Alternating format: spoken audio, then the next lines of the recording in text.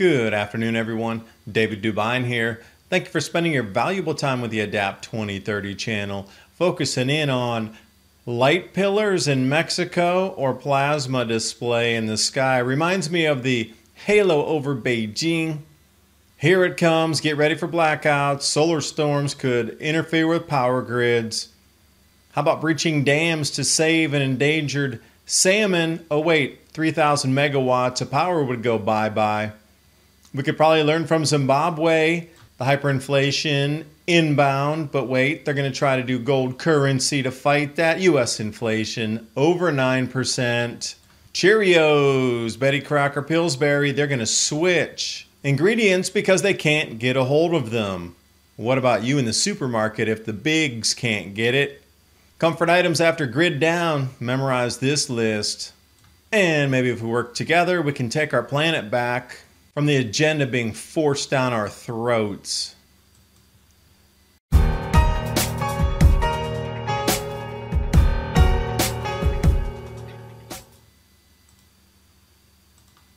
And let's start off with a little mystery, the red pillar of light appearing in the sky, Veracruz, Mexico.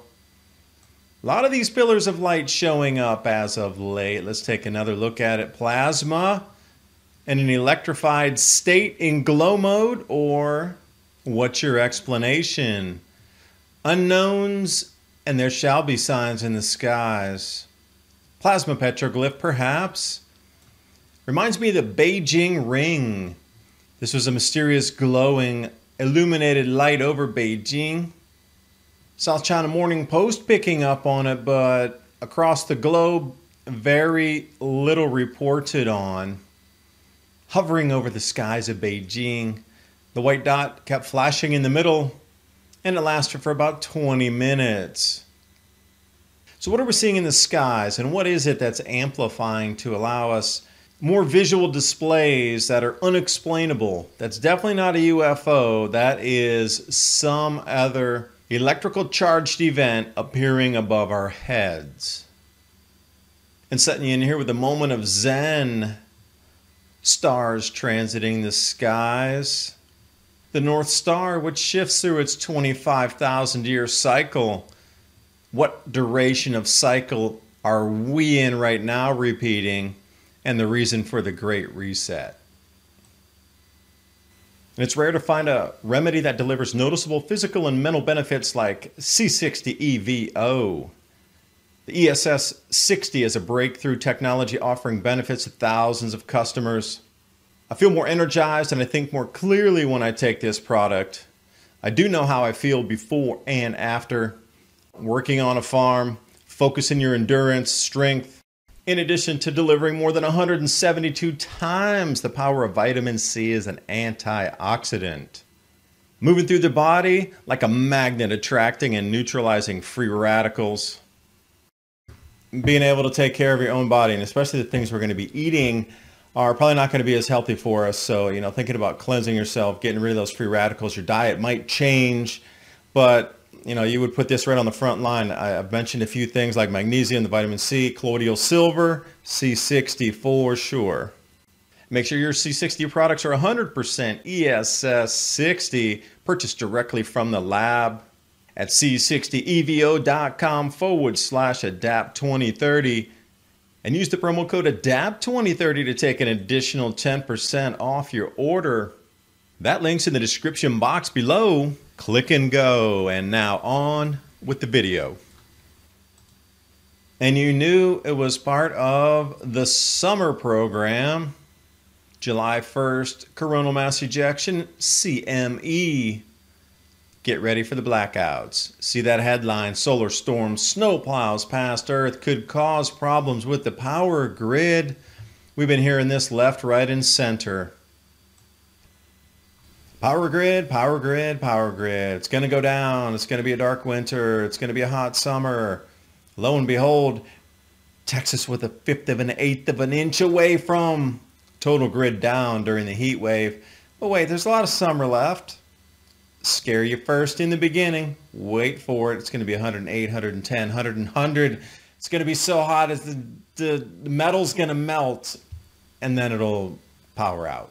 But that's the kind of trajectory they're looking for in the messaging that's being put out there for you to absorb. So it's baked into the cake.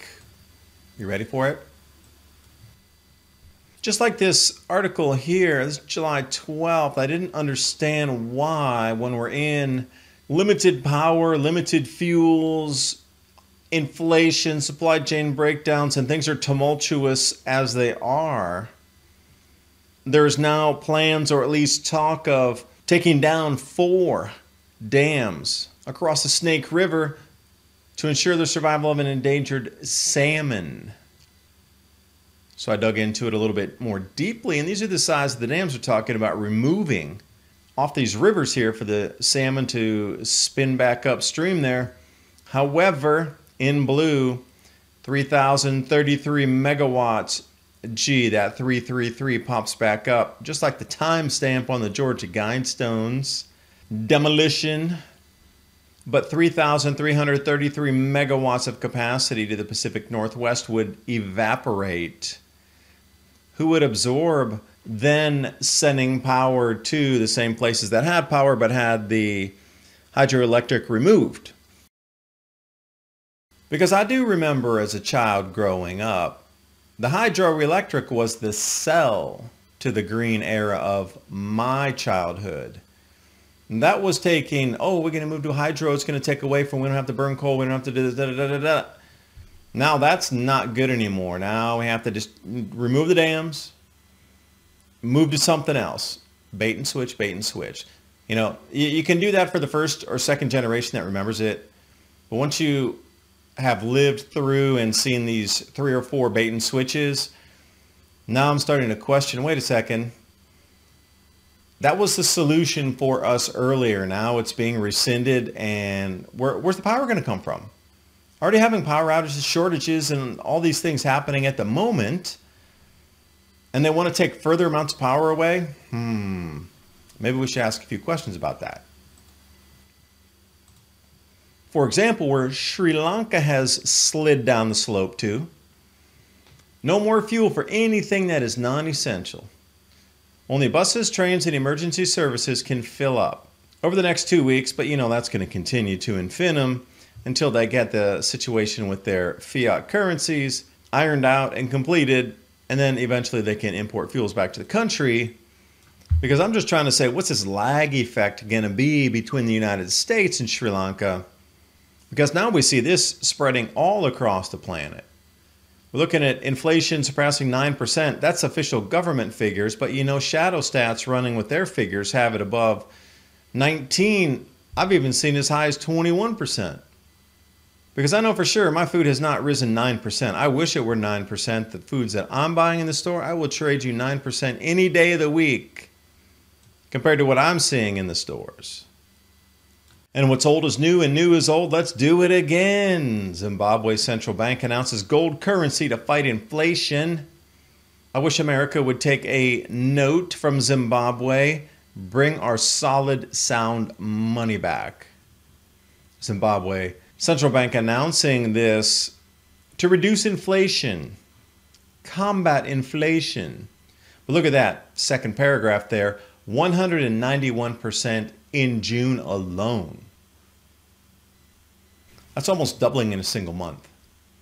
Now, where we sit now, food prices should be getting to the unattainable doubling here by the end of the year and going into 2023. And that's when the real problems with the major production, unless they get this fertilizer production thing ironed out, and then they start putting like a Manhattan Project into farm inputs for herbicides, pesticides, fertilizers, and reduce that price down for diesel fuels, for special exemptions. We could send billions of dollars to other countries. Can we not give our own farmers billions of dollars of subsidies for diesel fuel so we can continue to produce food for our own nation? Just asking a simple question. But if those things are not ironed out, 2023, oh, it's going to be far worse on the food production than we're seeing this year. And it just depends if the natural factors alleviate and we start getting more rainfall and weather patterns stabilize. Magnetic fields in play right there in front of you. So 2023 is going to be a interesting year.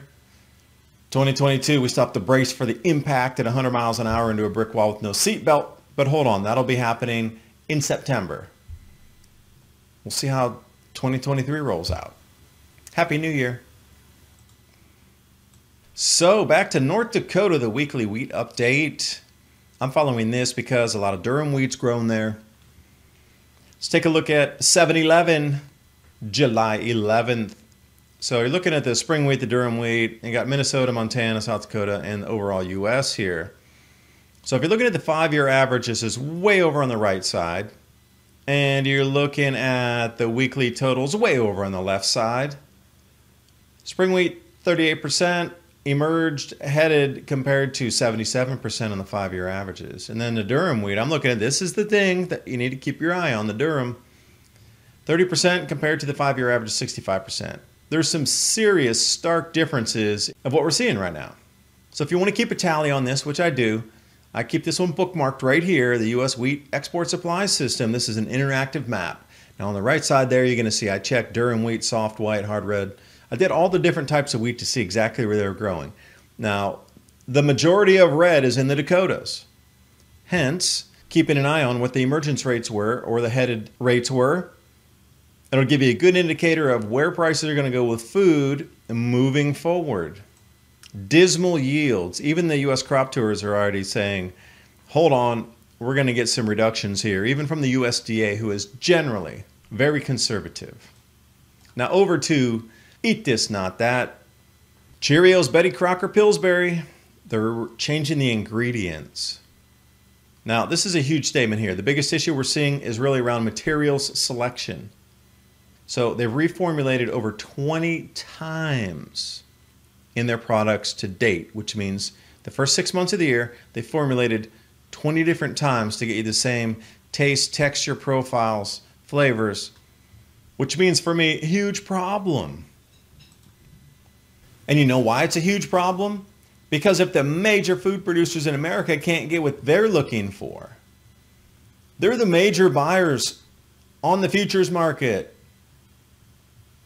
Hundreds of thousands of tons are going into these factories per month. If they can't get it, what are your chances for you and I sitting around going into a supermarket as this thing moves forward? It's astonishing that they are having difficulty getting what they need for their inputs, that they're retooling the flavor profiles, the crispiness profiles, using different emulsifiers, binding agents from corn to try to get something that's very similar. Have you noticed things have changed? I had a friend of mine who had a box of Cheerios, was eating Cheerios, and oh, they just kind of taste different.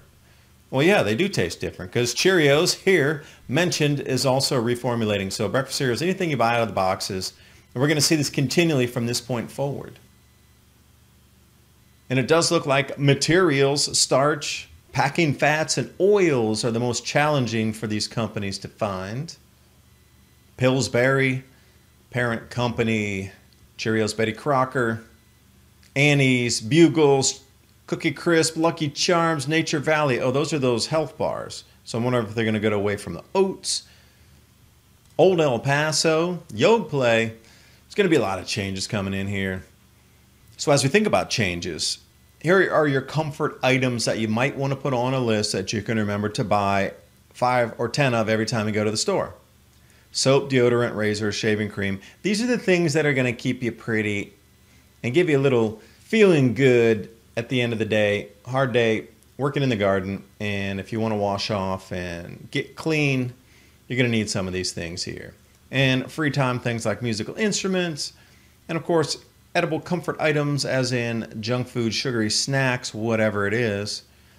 And as we move through these next months, remember, if we work together as a society and a species, we can easily move to the side the things standing in our way that are decreasing our way of life. And during these times, you do want to think about storable foods. 3-month emergency food supply. Save $150 on that. My Patriot Supply. The link's in the description box below. That's a great way to support the channel. I do appreciate you watching. Hope you got something out of the video. If large major companies can't get what they're used to then really you're going to have to rethink where your food's going to come from. And that should be something to carry into the weekend on where's your second and third and fourth food supply going to come. If your first and second major places that you go to buy food suddenly stop, what's your backup to the backup? What's the backup to the backup to that backup is the way you should be thinking right now. Anyway, see you next video, and bye for now.